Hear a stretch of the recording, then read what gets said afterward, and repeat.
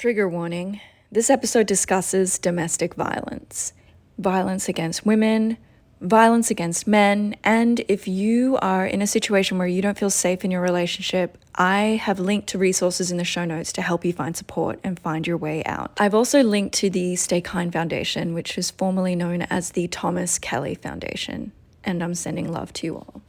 And the definition of what a good guy is basically just by not doing anything. So you're not hurting anyone, you're not raping anyone, you are also not doing anything to advance women, automatically makes you a good guy. How many times have we been told by someone that did something horrendous afterwards, oh, he was just such a good guy? No, he fucking wasn't. Welcome to Season 3 of Self-Care-ish, a show about being selfish with care. I'm Megan, and each week we riff on different ways to re-nourish yourself after a divorce, or if you're on a dating or self-dating journey. Either way, I'm so happy we found each other. Let's get into it. Okay, there is a reason why I've positioned the title of this pod, Domestic Violence versus Cowards Punches. And yes, I did deliberately position them against each other to appear kind of like this battle royale. And that is intentional. It is meant to trigger a certain feeling. Because I do have a point to make in this episode, and it is uncomfortable to discuss, and I may put my foot in it and get things wrong along the way. And so I just want to acknowledge that up front.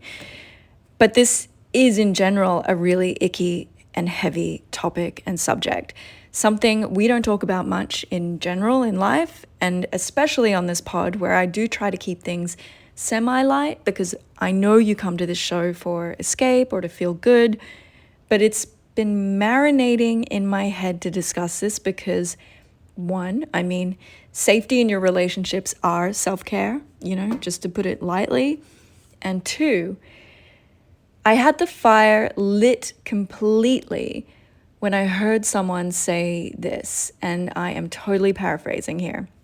So they said, in 2012, Thomas Kelly, an 18-year-old man, was out in King's Cross and was murdered by a coward's punch, or a sucker punch if you're not from Australia, as he walked home. He was doing nothing to antagonize or incite this violence. He was just targeted randomly. What followed was a nationwide outrage that this happened, and rightly so. And there was even a government inquiry, and this was on the news seemingly non-stop. But one woman a week is murdered via domestic violence, and crickets. Now, before I go on, I want to say, I am a mother, and I have a son, and my heart absolutely broke in 2012 when the news of Thomas Kelly's attack happened, and I didn't even have a son. But now I have one, and I cried doing the research on this topic for the pod today.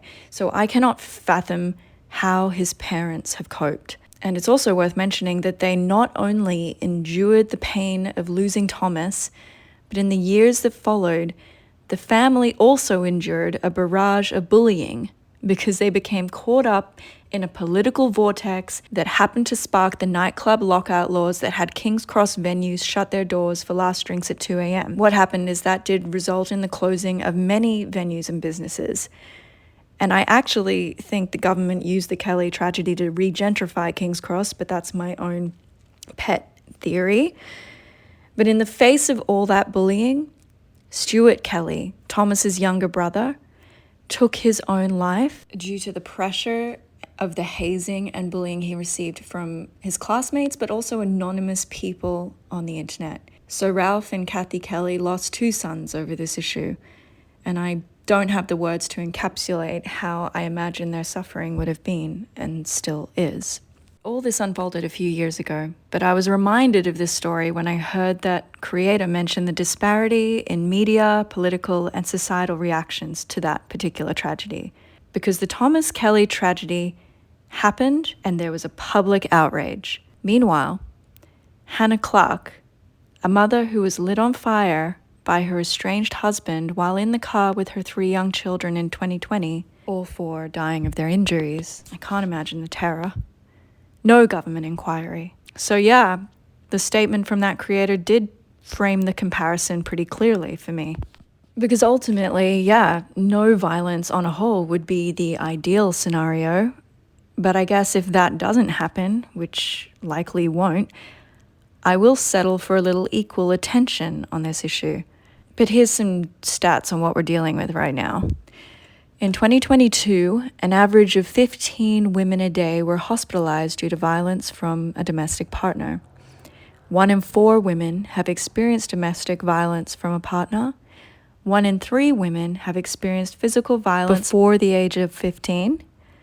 And women aged between 18 and 24 are most commonly abused by an intimate partner. These are scary numbers to me, and I'm sure they are to you too. And I haven't even included the data of domestic violence that happens towards men as well, because that happens too. And men often don't even report the violence that they receive at home. But there is an overwhelming sort of disparity. It does happen to women a lot more.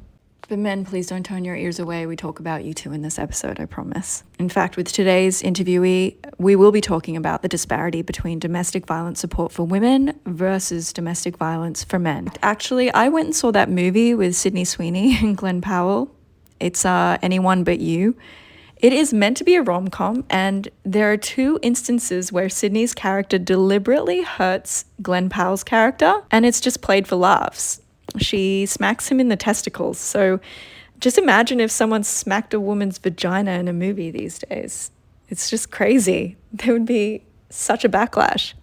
My friend and I just looked at each other and we were like, hello, what decade are we in? So that's another them versus us situation. And it feels like when it comes to all these issues, it feels like very much them versus them versus them versus them. And I'm sitting here talking to you wondering, what if we could take the verses out of it and make it them and them and them and them? Domestic violence against women and men and indiscriminate violence in our streets. I don't know. This is why I've brought on Jasmin Bedir. She's a creative who has worked on some of the country's biggest social awareness campaigns, and she's here to help me decipher why everything is this way. It's a lot of pressure for her. Anyway, here she is. Thank you for listening.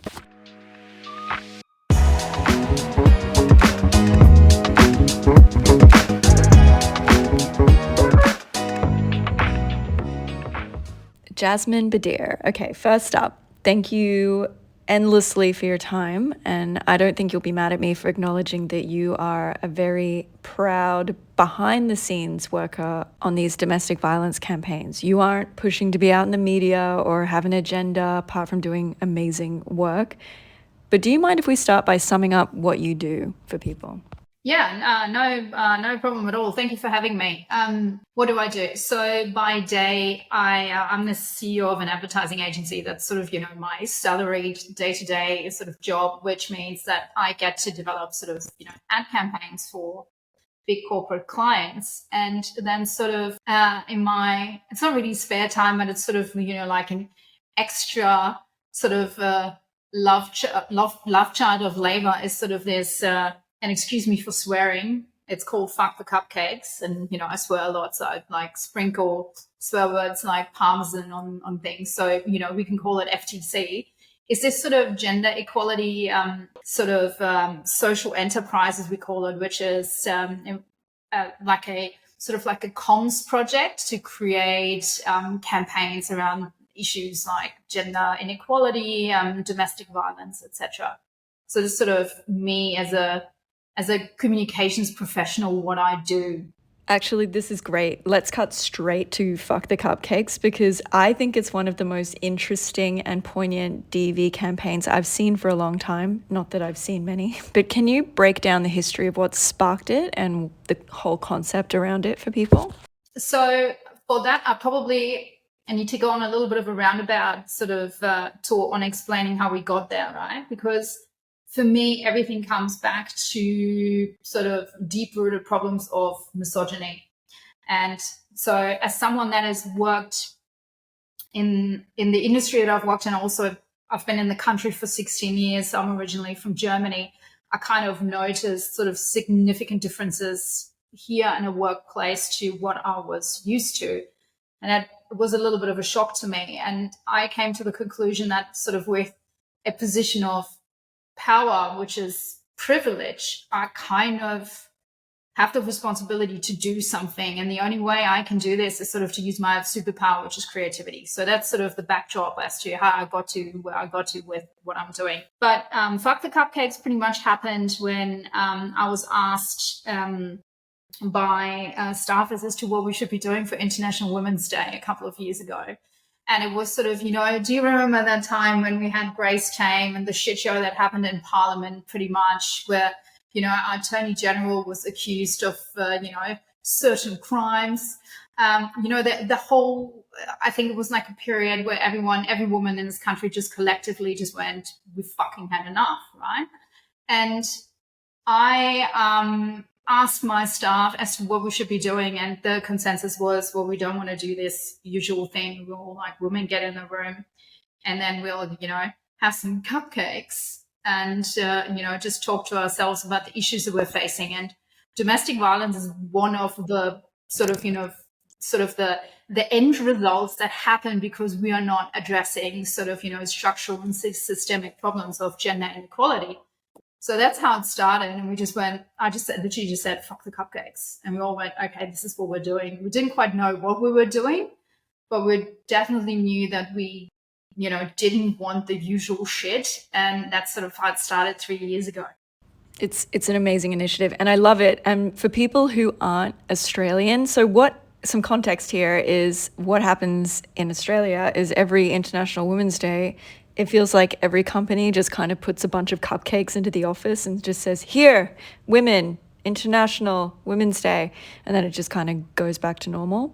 Just in case if you're wondering. The performative theatrics of, people just going, oh, we just ordered some cute cupcakes. And usually it's women that have to order them as well, because women are doing all the labor around these sort of things. And then they just arrive and then, you have a little bit of a chat and then you go back to, 364 days of sort of just the normal, behavior that you have to usually endure. Well, speaking of having had enough, I'm just going to address the title of this podcast because, as I've said to you, I've wanted to do an episode around domestic violence, but the fire was truly lit when I heard someone say, and I mentioned this in the intro, a tragic, pointless death of a young man from a coward's punch, and there was a national outcry. But 1 woman a week is killed due to domestic violence and crickets. And now, I obviously have said before, but I say this again, I have huge empathy and understanding for the parents of Thomas Kelly, the 18-year-old that was killed in 2012. I'm a mother, I have a son, and, it's impossible to explore this topic without crying. Like, it is incredibly tragic. But I guess my question to you is, why do you think there is a disparity to the reactions to these two violence issues? So I feel like I've done a deep dive into what works in terms of messaging or what doesn't work over the past 3 years. And we've changed our perspective on this sort of entirely because, I started out with thinking we just got to tell people more about it, what the issue is, and then people will take note. But the problem is that men usually are not engaged in any form of issue that doesn't relate to them. So a really good example is another one that maybe isn't so triggering potentially is that if you follow the success story of someone like a Movember, right? Movember, men have been donating millions of dollars for something that is very close to their heart, literally closest to their heart because it's men's balls, right? And they're getting really involved with the conversation around that. And I'm not saying it's never and like sort of like an either or. I'm not saying they need to stop doing that and paying attention to women's issues. It's an and, right? But that tells you a lot that you need to know. So whenever you're thinking that it is an awareness problem, if we tell people that we're just engaged with it, it's just not working. So the issue is that when a man is affected by something, the action is happening because men are empowered to address those things. I mean, even renaming it, even the fact that it got renamed into a coward's punch, right? Imagine if we tried to do that as women and, made sort of, sexual assault something like a stronger term. Imagine if we try to do that. We just can't get that done because men aren't listening to that. It doesn't affect them. Yeah, like DV should be called like cowards violence. I don't know. This comes back to something that we've realized is what we're now doing in the work that we're doing, which is also in the DV space, right? Or like what's now called, it's like men's violence against women. And because not just domestic, because people think it's just like sort of, small sort of domestics just at home in the kitchen. No, it's everywhere. So usually men are not engaged when it doesn't relate to them. So men only start to wake up when either they have a daughter or like, they're just in an age now where it starts to affect them, or their partner is somewhat affected, or they're realizing that they might be themselves affected. So that means that they're realizing that sort of patriarchal structures are also bad for them. Because if you come back to this coward's punch situation. I've got balloons now here in my little chat going up. If you look at what's happening when men get violent, they actually also get violent against other men. So it's an underlying violence issue, and not so much just a men's violence against women issue. Men are hurting, and that's a little bit controversial, but it's really, really complicated also to be a man at the moment, because patriarchal sort of communications is not really helping men to kind of, be able to be a more progressive version of themselves these days. Like comms is affecting how men feel about themselves, advertising, TV shows, etc. And if we're not sort of addressing that, we're not going to fix any form of violence issue, not against men, not against women. So it's a really, really big and complex issue. Actually, it's really good that we are talking about the men side of it, because I know there are going to be people thinking this. So I just want to acknowledge that domestic violence happens to men as well. Do you actually think there's room for more conversation around this? Would it be helpful to make domestic violence campaigns more gender neutral? Like maybe if the narrative of men were brought into the fold more, then maybe more people, maybe it was just violence in general and not just violence against women. I don't know. You're the expert. Tell me. No, it's not. So the majority of acts of violence are actually committed by men, right? So we're acknowledging, or everyone should acknowledge, there's also women that are offending and hurting other people. But if you look at who's sort of doing it, you usually find that the root cause is violence to begin with, sort of, perpetuated violence, intergenerational trauma, etc. And it usually all comes back to like really sort of awful, violent upbringing rooted in sort of really strong masculine views or patriarchal views. Yeah. That's all where it all comes back to that. So the problem in itself is sort of misogynistic views, or sort of, really imbalanced views of what a man should look like, or what a woman should be like. And so therefore, I don't think it's like domestic violence is one of the big themes that come out of this overall structural problem. I think the only way that we can get men to listen, and this is something that we're doing right now, and we're testing this now, right? So we're doing these campaigns. We're trying to get men emotionally involved to understand that it's hurting them just as much. Because only if they have skin in the game and understand that it's affecting them will there be any form of change. So we need to find the equivalent of, the men's bolds, the weak spot here as to why they should be caring. Because otherwise there's no progress. And without men, I say this all the time, there is no cure in this conversation. One thing that I'm trialing at the moment, and this is really, really, really interesting, and I haven't had any negative responses from women so far yet, is that I'm trying to also tell men that we're very empathetic to the fact that it's a really difficult time to be a man right now, right? Because we're anyone that has a teenage boy, which I have, will understand that. They feel that the pendulum has swung too far because they haven't had the experience of the last 30 years. girls are doing better in school. They've been told that, they can't have an International Men's Day because immediately it makes them a men's rights activist.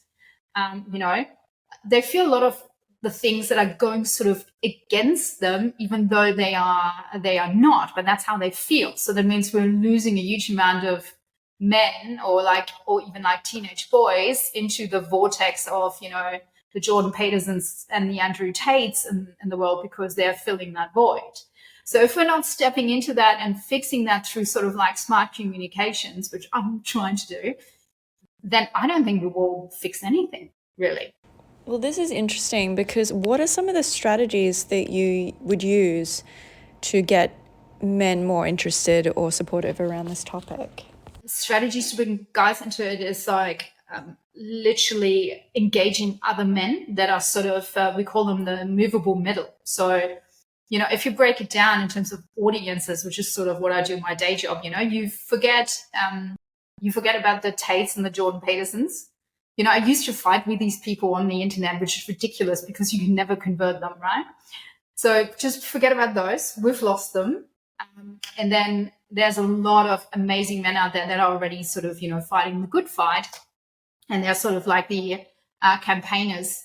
We don't need to talk to them either. So what we need is these guys that are sitting in the middle and they're not doing anything. So the bar for what is, actually, let me tell you this amazing feminist joke that cracks me up all the time. It goes like this.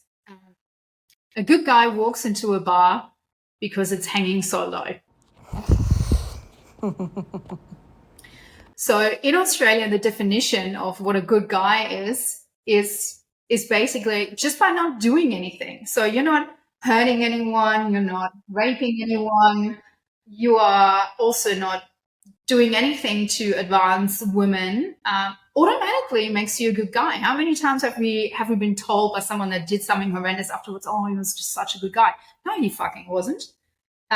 But that, so these guys, these good guys that are not doing anything, we need to kick into action. And if we make it tangible for them and we explain to them what we actually want, these sort of, more progressive guys that are possibly also a little bit younger, if we can get them moving, I think we might see some progress. I think we will. This is a little bit of a heavier question, so I don't want to push you to answer it if you don't feel comfortable, but you obviously feel incredibly passionate around this issue. Is that because, or do you have any personal experiences that have happened to you in the DV space? Like what did it look like to you? Yeah, I do. Surprisingly, it doesn't discriminate. It doesn't really matter who you are. And there's actually not that, I haven't met many women in my life that haven't been touched by this in one form or another. We're just sometimes not aware of it. And I wasn't aware for a really long time that what I went through was actually a form of sort of, coercive control, sort of psychological abuse. I couldn't see it for a really long time because it's sort of, it's very insidious, and it's sort of also, I think it's not black and white, and it's layered into sort of like different forms of sort of also internalized misogyny, right? We've been like, even myself, I've been conditioned for a very long time to have like a view of what a woman should behave, and so you end up potentially sort of painting yourself in a corner and not realizing that that's what you've done. So I have. I always thought that it would have been easier if you just punched me, because then it would have been more visible, right? Which is a horrible thing to say, but a lot of sort of forms of abuse, like, sort of financial abuse, someone that tracks your devices potentially, or tells you how to behave or how to dress and all of that. You just think potentially that this might be a little bit strange and uncomfortable, but you kind of like talk it away because he's got so many other qualities. But, over time, it just becomes apparent that this is a real thing. So me, just as so many other women, have gone through this. And, so, it hasn't got anything to do with your confidence levels, I have to say. I think that's another important point to make, because you're someone who, is smart, has a great job, friends, support, all the stereotypical things that you don't picture or would align with someone who has dealt with coercive control. And I think that is really important to hammer home to anyone who's listening, is that if it can happen to Jasmin, it can happen to you, and it can happen to anyone. I think that's very true. Men also tend to not believe that it's happening to someone that they know, even though that they have, even when they have mates that they potentially thought, yeah, he's always a little bit of a dickhead, and he's not, he's bad around women in the pub, or they usually just, excuse it sort of away and don't look particularly closer. But it's everywhere. Once you get talking to women, you just realize that just how prevalent it really is. And, if it's so prevalent within women, then of course, it is. It's a lot of men that are doing this. And again, always, I always say, yes, of course, it's not all men. It's definitely not all men, but it's significant enough to be such a big issue and literally killing women. Yeah. It's very sobering to think about. And I know we are at the end of our time together, and I feel weird asking this because it's kind of like a shallow question, but it's how we end interviews on this show now. So I always ask the people I speak to what their favorite self-care-ish thing to do for themselves is. So I always use the example that I am known for cancelling plans if I don't feel like it serves me to go out. But what is your selfish self-care activity? I realized relatively late, in my 40s now, that I'm actually an extroverted introvert. So I'm super sensitive and I'm like a super deep thinker. And I need to have alone time and think. And I've realized this only this year when I moved into a new place for the first time in 10 years by myself without family. So, I left my family and then all of a sudden had this, this bathtub. This was so incredible. And I've never really been big on this, but then I went, okay, I'm just going to do like bathing. So, with candles and, the bath tray, and just marinating pretty much my own juices, if you like, but sitting in there, loving life, just listening to some music and just being. And that together with infrared saunas. So maybe I'm a little bit of a lizard, but I just sort of like need heat and warmth, and then just like sort of get it out of me. And I'm super zen afterwards and I can sleep like a baby. Introverted extroverts. You and I, we are kindred spirits. Okay. Jasmin, thank you so much for your time and for all the incredible work that you're doing in this space. I am in awe. And have an amazing day at work. Amazing. Thank you so much for your time. What do you guys think of the Fck The Cupcakes campaign?